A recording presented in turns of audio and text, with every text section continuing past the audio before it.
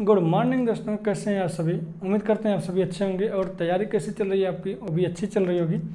तो बात करते हैं यहाँ पे आपके जो मैथ का पोर्शन आता है यूपी टेट का सेकंड पेपर, और जो जूनियर सुपर टेट होने वाले हैं उसके बिहेव पे मैं ये आपके टॉपिक्स लेकर के आया हूँ। और सफलता बैच आपका ये काफ़ी बेहतरीन बैच होने वाली है जो कि आपको सफलता ज़रूर दिलाएगी।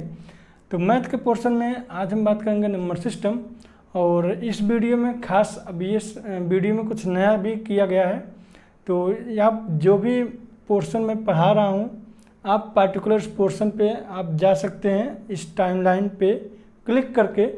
जैसे कि मैं मान लीजिए इरेशनल नंबर पढ़ा रहा हूँ और आप चाहते हैं कि इरेशनल नंबर से ही मुझे पढ़ना है, बाकी चीज़ें मेरे को आती है, तो आप इस टाइमलाइन पे क्लिक करेंगे, आपको लिस्ट ओपन हो जाएगी। और वहाँ पे आप इरेशनल नंबर पे जैसे क्लिक करेंगे आपके पास इरेशनल नंबर के लेक्चर ओपनिंग शुरू हो जाएगी। आप नेचुरल नंबर केवल पढ़ना चाहते हैं तो आप नेचुरल नंबर पर क्लिक करेंगे, जो कि एकदम बिल्कुल लास्ट में मैं पढ़ाते पढ़ाते पहुंचूंगा, लेकिन आप वहां पे डायरेक्ट पहुंच जाएंगे। तो ये सभी खूबियां इस वीडियो में आपको मिलने वाली हैं। तो इससे पहले अब चलते हैं, पढ़ाई शुरू करते हैं। तो देखते हैं आपका नंबर क्या होता है। ये आपके कॉम्प्लेक्स नंबर के अंतर्गत सारी चीज़ें आएंगी। कॉम्प्लेक्स नंबर आपका क्या होता है, a+ib, ठीक है। तो a आपका क्या है, यह आपका रियल नंबर है, ठीक है। और ib क्या है, इमेजिनरी नंबर है, ठीक है। जिसमें आपका b क्या है, ये आपका रियल नंबर है, i आपका इमेजिनरी नंबर होने की वजह से ये आपका टोटल क्या होगा, इमेजिनरी नंबर।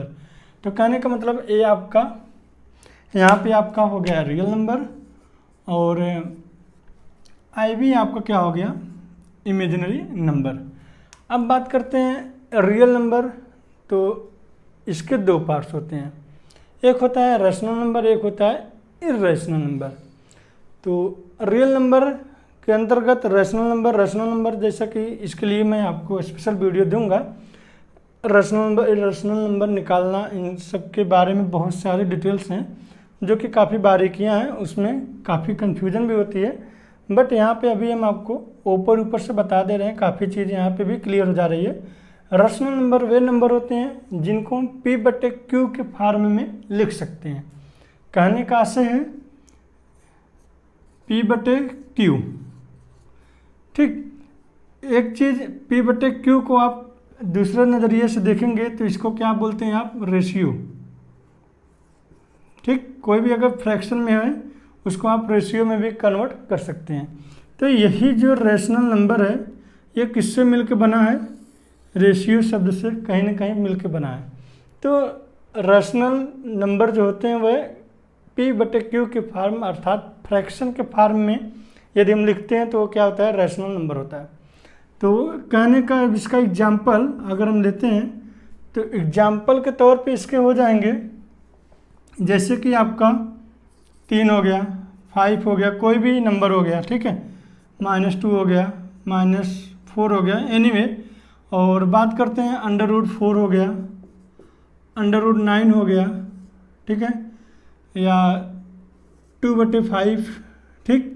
कोई भी नंबर। अब आप कहेंगे कि यहाँ पे बात हो रही थी P/Q के फॉर्म में लिखने का, तो जैसा कि आप जानते हैं 3 को हम लिख सकते हैं 3/1, तब पर भी हमको 3 ही मिलेगा, नो डाउट। यहाँ पे 5/1, तो 5/1 भी लिखेंगे तो भी कोई प्रॉब्लम नहीं, मेरे को 5 ही मिलेगा। तो इसलिए इन सब चीज़ों को डायरेक्ट आप जो नंबर होते हैं उस नंबर को भी आप क्या कहेंगे, रैशनल नंबर। यदि वह बटे के फॉर्म में है तो इसको आप क्या कहेंगे, रैशनल नंबर। अंडर रूट में जो कि अपने आप में पूर्ण वर्ग जब उसका निकाल लिया जा सकता है तो यह क्या हो जाएगा, रैशनल नंबर। तो एक चीज़ होती है जो कि इरेशनल नंबर तभी होगी जब ये रैशनल नंबर ना हो। जो नंबर रैशनल नंबर नहीं होगी वो ऑटोमेटिक इरेशनल नंबर में कन्वर्ट हो जाएगी। जैसे यहाँ पे भी देखने को क्या मिलता है, वे नंबर जिनकी नॉन रिपीटिंग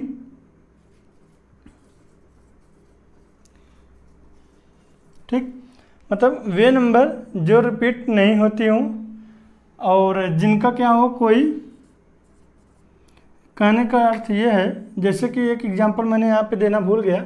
यहाँ पे आपको जैसे कि 1.3333 इस तरीके का जो नंबर ये भी कहाँ तक जा रही है, इन्फिनिटी तक जा रही है, ठीक है। और इस नंबर को आप क्या कहेंगे, रैशनल नंबर कहेंगे। जबकि आप लोगों को दिमाग में थोड़ा सी ये कन्फ्यूजन होती है कि जो नंबर करते नहीं है, जिनकी इन्फिनिटी तक जाने की संभावना होती है, वो क्या होती है, इर्रेशनल नंबर। जबकि यहाँ पर देखने को आपको वही मिल रहा है कि ये पॉइंट जो 333 है, इसका कहाँ पे जाके अंत होगा, इसका आपको कोई पता नहीं है। तो आप ऐसे में इस केस को आप इर्रेशनल में क्लिक करते हैं, लेकिन ये गलत हो जाती है, क्योंकि इसका जो कंडीशन होता है वो नॉन रिपीटिंग में होती है, ठीक है, और नॉन स्टॉपेबल, ठीक है, नॉट स्टॉप, ठीक। तो ये नंबर क्या होते हैं, इर्रेशनल नंबर। कहने का मतलब वे नंबर जैसे कि मान लीजिए 2, 3, 1, 2, 5, मतलब जिसका कोई रिपीटेशन नहीं होता है, वो बस खाली चलती रहती है और कहाँ तक जाएगी उसका कोई पता भी नहीं है, ठीक है, तो वह क्या हो जाएगी, इर्रेशनल नंबर। और ऐसे में यदि मान लीजिए यहाँ पर एक कन्फ्यूजन और देखने को मिलेगा आपको, 1.235, ठीक, 12315, फिर से यही नंबर आ गई 2315, 2315। इस तरीके से देख रहे हैं आप, ये नंबर बार बार फिर से रिपीट होने लगी, तो यह नंबर क्या हो जाएगी, ये रैशनल नंबर कहलाएगी, ठीक है। तो मतलब वही नंबर इरेशनल होगी जिनका इन्फिनिटी तक वो कैंसिल हो और उनका जो संख्याएं वो रिपीट नहीं होती हैं, वही संख्या केवल आपका इरेशनल होती है। जैसे कि पाई का जो वैल्यू है वो भी अभी हम लोगों को कंफर्म नहीं है, यहाँ तक कि सुपर कंप्यूटर भी अभी इसको कैलकुलेट नहीं कर पाया है। 3.14 इन्फिनिटी इसे जा ही जाए, कहाँ तक जा रहा है इसका कोई अता पता नहीं है। बट आप एक चीज़ ये जानते हैं कि इसको आप कैलकुलेशन के लिए अप्रॉक्स वैल्यू 22/7, जो कि हम लोग जानते नहीं, मान के रखे हैं कि जो कैलकुलेशन को मेरा इजी कर देता है, इसलिए हम इसको 22/7 को वहाँ पे पुट करते हैं, जबकि ये आपका ये सही वैल्यू पाई का नहीं है, ठीक है। और इसी वैल्यू को जानने की वजह से आप लोग पाई को परिमेय संख्या में कन्वर्ट कर देते हैं। मतलब जब आता है कि पाई क्या है, वहाँ पे आपका अपरिमेय, परिमेय और इन दोनों या फिर इनमें से कोई नहीं, इस तरीके से ऑप्शन आता है, तो आप इर्रेशनल नहीं लगा करके आप क्या लगा देते हो, रैशनल नंबर है, मतलब कि परिमेय नंबर है, पाई को आप ऐसा बता देते हो, जो कि हो जाता है गलत। और सही वैल्यू अगर देखा जाए तो पाई होता है क्या, पाई आपका होता है इर्रेशनल नंबर, क्योंकि इसकी कोई अभी फाइंड वैल्यू नहीं हो पाई है।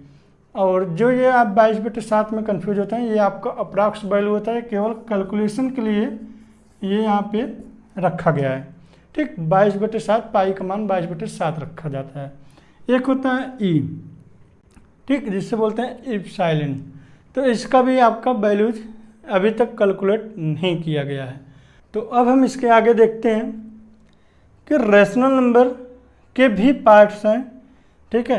आप यहाँ पर देख रहे होंगे ये सभी जो मिक्स नंबर है, ये देख रहे हैं 10 है, -2 है, तो ये सब भी अलग अलग कैटेगरी में रखे गए हैं। तो इसको भी हम ये रैशनल के 3 पार्ट्स में डिवाइड किया गया है। तो आप जानते हैं कि जो इंटीजर होता है, इंटीजर के अंतर्गत आपको नेगेटिव वैल्यू मिलती है, ठीक है, और आपको 0 मिलता है, और आपको क्या मिलता है, पॉजिटिव वैल्यू, ठीक है। ये नंबर आपको कहाँ पे मिलती है, इंटीजर। इंटीजर किसे कहते हैं, जहाँ पे आपको नेगेटिव, 0 और पॉजिटिव वैल्यू देखने को मिलती है, वही आपका क्या होता है, इंटीजर। कहने करता है जो संख्या रेखा पे दर्शाई गई अंक होती है, वह आपका क्या होता है, इंटीजर। संख्या रेखा पे आप जानते होंगे, वहाँ पे आपको जो वैल्यू दिखाई जाती है, वहाँ पे आपको देखने को मिलता है इस तरीके से, ये बीच में आपका हो जाता है 0, इधर आपका होता है 1, 2, 3, 4, इधर होता है -1, -2, -3, इस तरीके से आपका वैल्यूज चलती रहती है। तो यहाँ पे आपको नेगेटिव वैल्यू मिलती है बाएं साइड में, 0 मिलता है बीचों बीच, ठीक बीच में आपको क्या मिलता है, 0, और इसके बाद आपको पॉजिटिव वैल्यू 1, 2, 3, 4 इस तरीके से इन्फिनिटी तक चलती रहती है। तो अब यहाँ पे बहुत ही इंटरेस्टिंग क्वेश्चन एक बन के आता है। देखिए जो आपका सबसे छोटी पॉजिटिव इंटीजर है उसे क्या कहेंगे, 1 कहेंगे।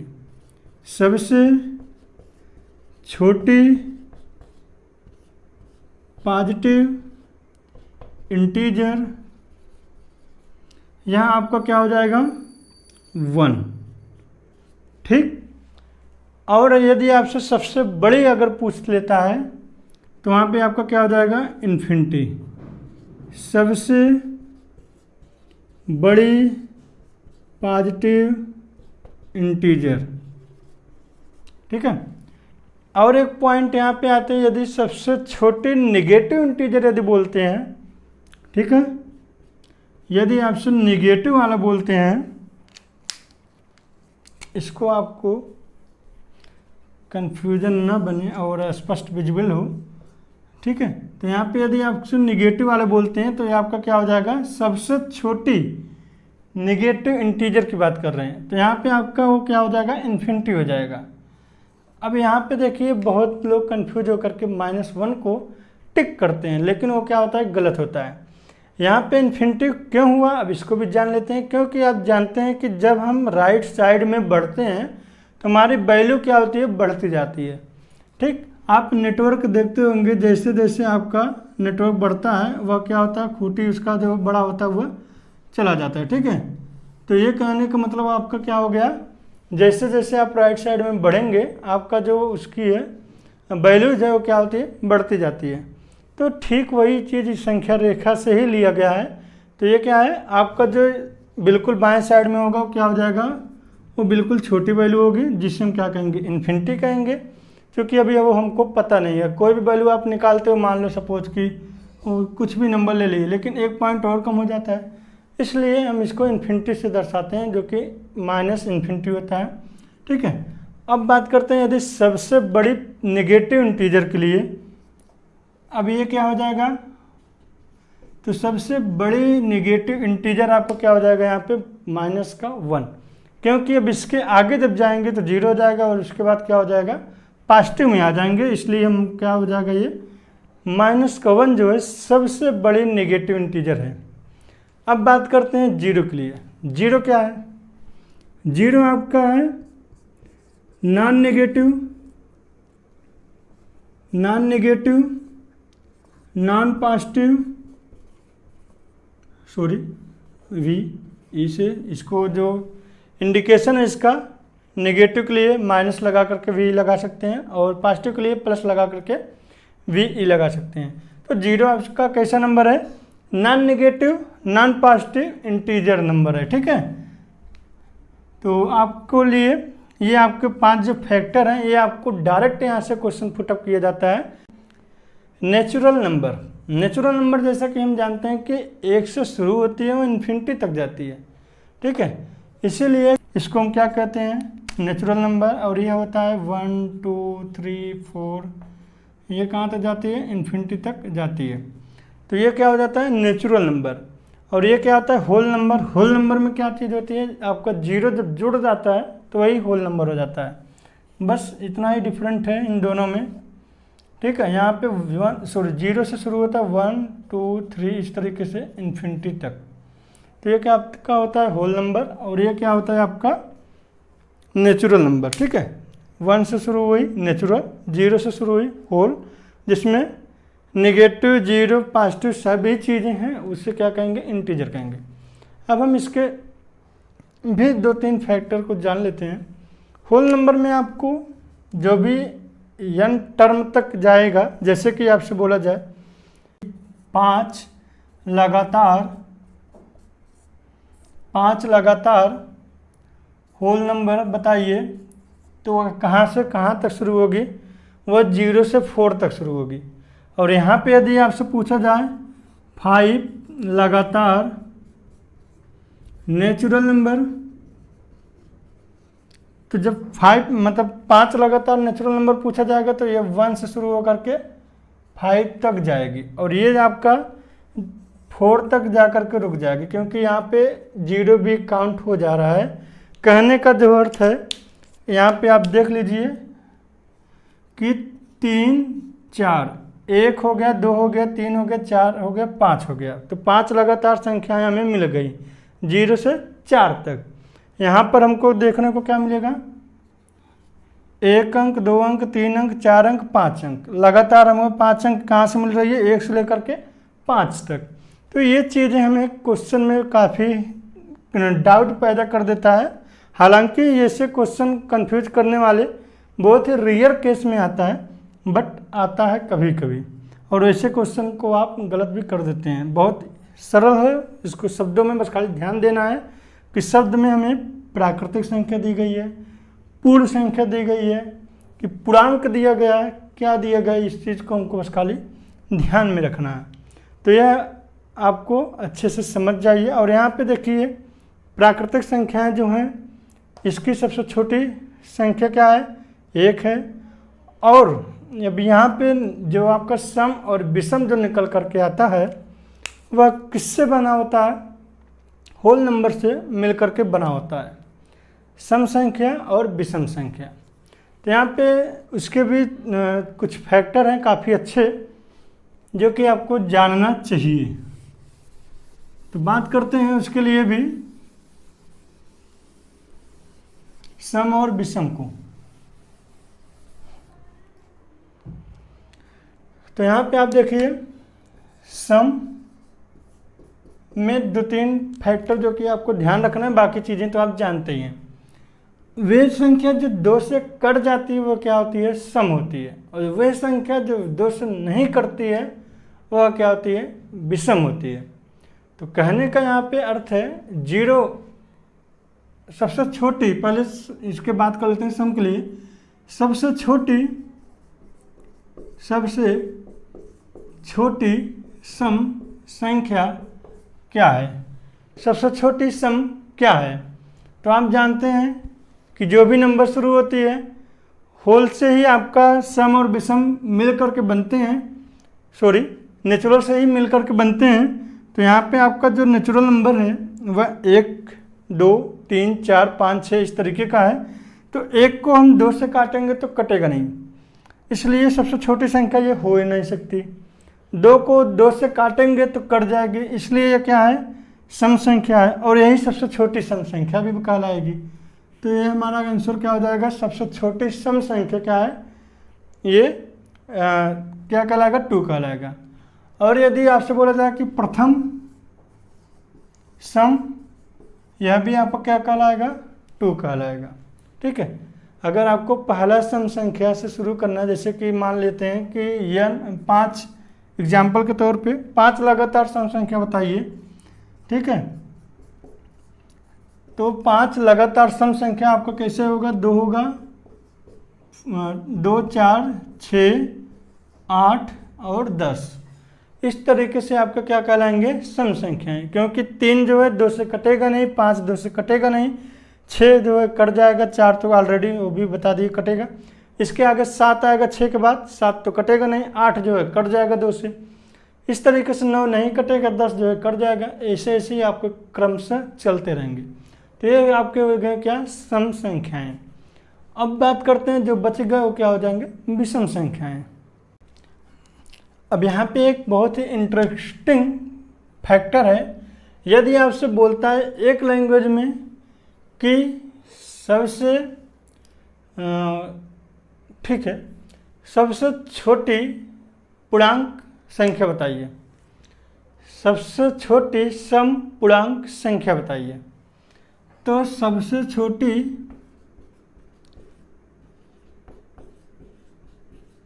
सम पूर्णांक, अब यहाँ पे देखिए एक यहाँ पे था सबसे छोटी सम संख्या बताइए, तो यहाँ पे आपका 2 हो जाएगा। लेकिन यदि आपसे बोले सबसे छोटी सम पूर्णांक संख्या बताइए, अब ऐसे केस में आपका ये आपको घुमाना चाहता है और ये चाहता है कि अब आप बताइए सबसे छोटी सम पूर्णांक संख्या। अब इस केस में आप आ जाएंगे पूर्णांक जो कि होता है कहाँ से, इन्फिनिटी माइनस इन्फिनिटी से पास टू इन्फिनिटी तक। तो ऐसे केस में आपका जो इन्फिनिटी है वह क्या हो जाएगा, इसका आंसर हो जाएगा कि मतलब कि उसको ज्ञात नहीं कर सकते। ठीक है, क्योंकि अभी यहाँ पे कुछ ये डिनोट नहीं किया गया कि पॉजिटिव में चाहिए कि नेगेटिव में चाहिए, तो ऐसे केस में अभी हमको नेगेटिव ही माना जाएगा, क्योंकि इसकी सबसे छोटी नंबर वही नेगेटिव में जाएगा। यदि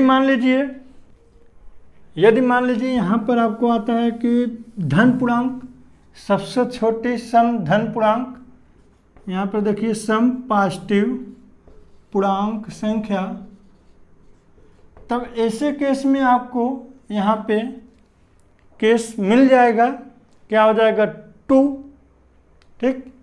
और यदि एक क्वेश्चन आता है कि 0 कौन सी संख्या है, देखिए यहाँ पे इतना सब कुछ भर दिए हैं, तो इसको लेकर के कंफ्यूज मत होइए, जो बस पढ़ाते जा रहे हैं उसको बस कॉन्सेप्ट में रखिए, बाकी बोर्ड तो भर जाता है। अब यहाँ पे देखिए क्या बता रहे हैं कि 0 कौन सी संख्या है, तो यहाँ पे आपको ऑप्शन में देगा समपूर्णांक है, ठीक, या सम संख्या है, यहाँ पे समपूर्णांक संख्या, ठीक, यहाँ पे सम संख्या, या फिर इनमें से कोई नहीं, एक ऑप्शन तो देगा ही, और एक ऑप्शन आप और कोई रख लीजिए, विषम संख्या रख लीजिए, ठीक, नहीं की जगह विषम पूर्णांक संख्या, ठीक है। 0 कौन सी संख्या है, समपूर्णांक संख्या, सम संख्या, विषम संख्या या विषम पूर्णांक संख्या। अब ऐसे केस में आप जानते हैं कि जो संख्या 2 से कट जाती है वह क्या होती है, सम संख्या। तो जब भी आप 0 को काटेंगे तो 2 0 यहाँ 0 0 पूर्णतः कट जाएगी, इसलिए क्या है, सम संख्या है। लेकिन यह नेचुरल नंबर के अंतर्गत नहीं आती है, ये आती है एक पूर्णांक इंटीजर नंबर के अंतर्गत। क्योंकि 0 नेचुरल नंबर में आपको नहीं मिलती है, इसलिए यह पूर्णांक संख्या है, इसलिए इसको क्या कहेंगे, समपूर्णांक संख्या। तो उम्मीद करते हैं आपको इन सब बातों को अच्छे से समझ में आ गया होगा। इसके आगे का जो वीडियो होगा उसमें और भी कई सारी बारीकियों को अच्छे से डिस्कस करेंगे, और कोशिश ये रहेगी कि अगला जो आपका चैप्टर है, ठीक है, नेक्स्ट वीडियो आपका यही पे बन के आएगा, रेशनल और इर्रेशनल नंबर क्या है, ठीक है।